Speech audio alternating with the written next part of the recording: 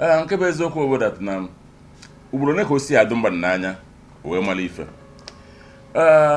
eziokwu na we have no love lost with ndị ofe mmanụ ana mgbe ọbụla ha chọrọ ime anyị ebidoro ịda anyị ọma ife ọjọọ dị ya n'azụ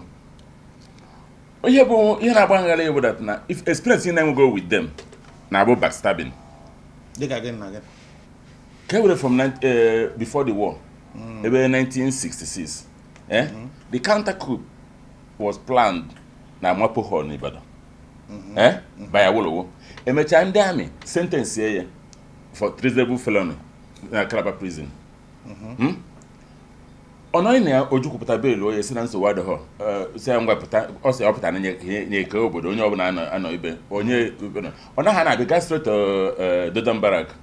They make a peace. One day, I Ndigbo, a one-year commercial for finance. Or not, on why I told. Madame Gorandi National of Bujuku have on the government to Tapore. On Carbon, I call the Calaban under Juku's jurisdiction, and there's no other person that will interfere. But that's by the way. So, show most in so many anti-Igbo against Ndigbo.